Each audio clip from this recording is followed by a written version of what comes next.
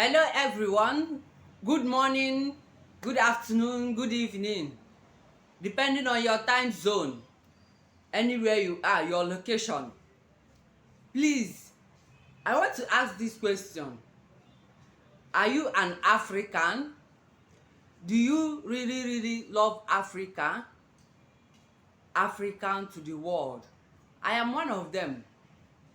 Follow me and watch what Chimamanda Adichie, our own Chimamanda Adichie, told heroes.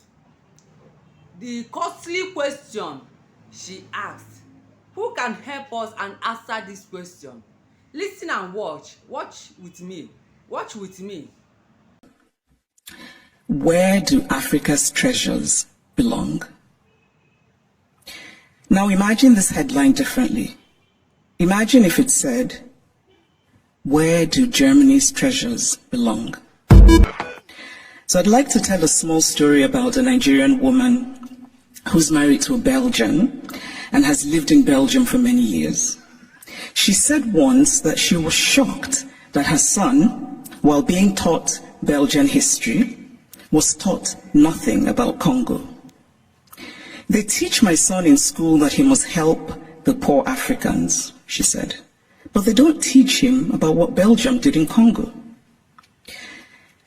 Now, if her son does not learn that the modern Congo state began 100 years ago as the personal property of a brutal Belgian king who was desperate to get wealthy from ivory and rubber, if her son does not learn that the hands of Congolese people were chopped off with rusty axes for not producing enough resources to meet a king's greed, if her son does not learn that the Belgian government later ruled Congo with a deliberate emphasis on not producing an educated class, if this young Belgian boy knows nothing of these incidents, then at some point they will perhaps no longer have happened, because the past, after all, is the past, because we collectively acknowledge that it is so.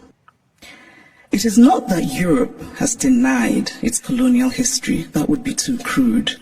It is instead that Europe has developed a way of telling the story of its colonial history that ultimately seeks to erase that history.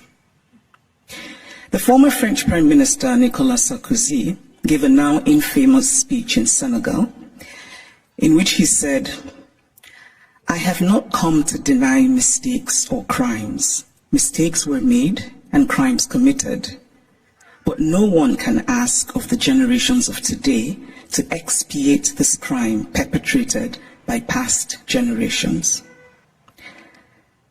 This is central to the story that Europe tells itself about its colonial history. It is a story that basically says, yes, colonialism happened, but.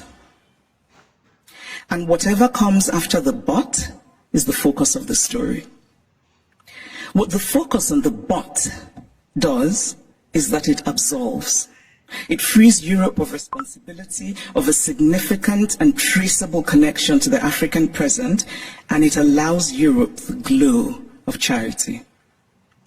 But the truth is that the past does not merely tell us what happened yesterday, it also illuminates what happens today.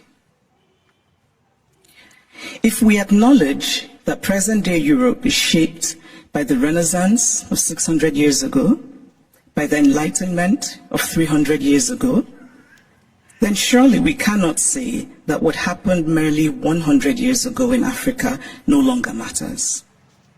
It matters.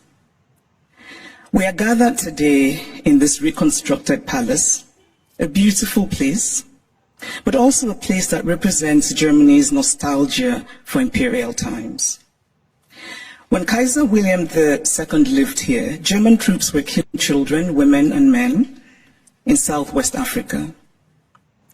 This building says that German history matters, even in a romanticized form. The history of Africa and Asia and Latin America must matter as well. We cannot pick and choose which histories and which points of view still matter, because to do this would be an ugly exercise of brute power. And speaking of power, here's a headline I just read in a German publication. The headline says, where do Africa's treasures belong? Now imagine this headline differently. Imagine if it said, where do Germany's treasures belong? It would be a redundant question, because of course, Germany's treasures belong in Germany.